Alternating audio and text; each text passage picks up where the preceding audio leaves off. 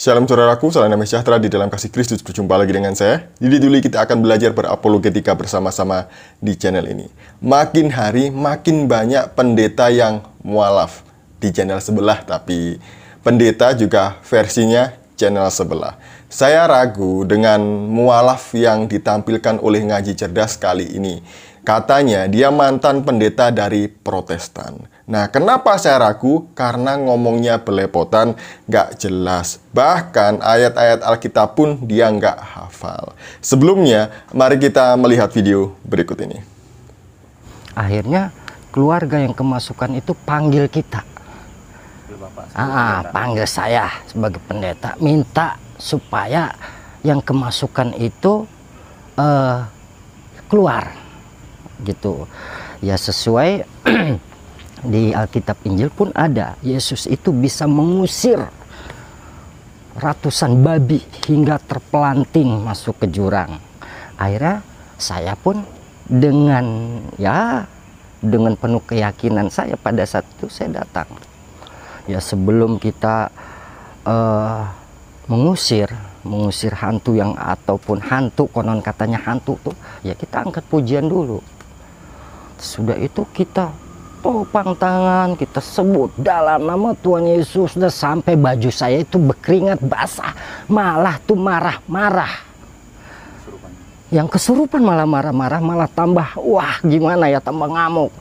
Awalnya ketika video ini lewat di beranda saya kan kepo gitu ya, pengen tahu beneran nggak sih Bapak ini mantan pendeta. Lalu saya lihat, nggak taunya saya ketawa-ketawa sendiri waktu Bapak ini ngomong Yesus mengusir ratusan babi-babi hingga terpelanting masuk jurang. Bapak ini katanya pendeta, lah kok cerita sekolah minggu aja lo nggak hafal? Anak sekolah minggu pasti tahu bahwa yang diusir Yesus itu bukan babinya. Apa salahnya babi? Apa dosanya babi hingga harus diusir masuk ke jurang? Coba waktu itu saya ada di sana, pasti babi sudah jadi sate, jadi rage, jadi saksang, jadi rica-rica. Nggak ya, bercanda aja. Tapi ya memang aneh sih Bapak ini ya. Ngaku mantan pendeta. Kok dia bisa-bisanya ngomong Yesus mengusir ratusan babi-babi? Padahal kan nggak begitu ya ceritanya. Sebenarnya sebelum saya mau membahas cerita ini, Bapak ini sedang bercerita bahwa ada jemaahnya yang kerasukan hantu menurut dia. Dan Bapak ini mengusir sebagaimana yang dilakukan oleh Yesus mengusir babi. Dan waktu mengusir ini, hantunya malah nggak keluar, marah-marah. Nah, kemudian ada jemaahnya yang lain panggil Pak Haji di sebelah. Dan waktu Pak Haji datang, dikasih air putih, langsung yang kerasukan hantu ini tadi itu sembuh, kata dia. Jadi dari situlah dia mulai ragu, mulai bergejolak pikirannya. Nah, lepas dari semua itu, mari kita kembali kepada babi-babi tadi ya. Jadi, kenapa babi-babi itu diusir? Bukan babinya yang diusir ya. Mari kita melihat di dalam Alkitab, dalam Matius 8 ayat 28 sampai 34. Judulnya, dua orang yang kerasukan disembuhkan. Setibanya di seberang, yaitu di daerah orang Gadara, datanglah dari pekuburan dua orang yang kerasukan setan menemui Yesus. Mereka sangat berbahaya, sehingga tidak seorang pun yang berani melalui jalan itu. Dan mereka itu pun berteriak, katanya, "Apa urusanmu dengan kami, hai anak Allah? Adakah engkau kemari untuk menyiksa kami sebelum waktunya?" Tidak jauh dari mereka itu sejumlah besar babi sedang mencari makan. Maka setan-setan itu meminta kepadanya, katanya, "Jika engkau mengusir kami, suruhlah kami pindah ke dalam kawanan babi itu." Yesus berkata kepada mereka, "Pergilah." Lalu keluarlah mereka dan masuk ke dalam babi-babi itu. Maka terjunlah seluruh kawanan babi itu dari tepi jurang ke dalam danau dan mati di dalam air. Maka larilah penjaga-penjaga babi itu, dan setibanya di kota, diceritakannya lah segala sesuatu juga tentang orang-orang yang kerasukan setan itu.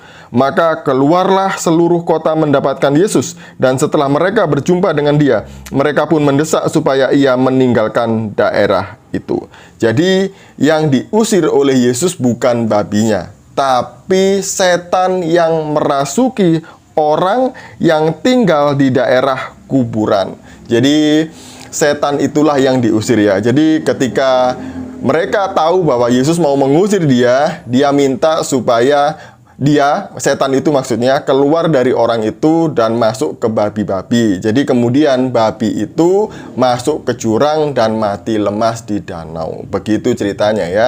Yang diusir adalah setannya. Setan masuk ke babi-babi, bukan babinya yang diusir.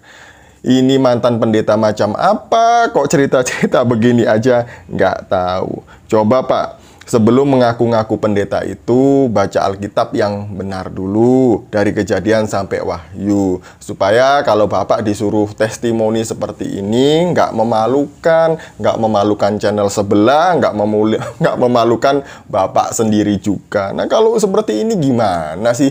Katanya pendeta kok kayak gini. Yang kedua, di menit 9.40, nanti Bapak Ibu bisa melihat di link yang saya kasih di kolom komentar ya. Saya pin di sana, silahkan dilihat. Bapak ini bilang, Al-Quran itu hurufnya bengkok-bengkok, belok-belok, tapi bisa dihafal bahkan oleh orang yang disabilitas sekalipun. Nah, sedangkan Alkitab itu bahasa Indonesia, tapi kok tidak ada satu orang pun yang menghafalnya. Jadi disinilah hati Bapak ini juga mulai galau, mulai berpikir lagi mengenai Islam. Nah, Alkitab itu Pak, bukan untuk dihafal.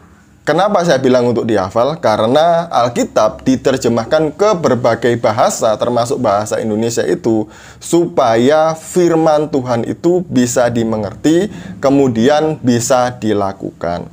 Untuk apa orang menghafal Alkitab kalau toh dia tidak mengerti dan tidak mau melakukannya? Itu kan percuma ya. Kalau Bapak mau menghafalnya, ya silakan. Kalau ada orang yang mau menghafalnya, ya silakan. Justru itu baik.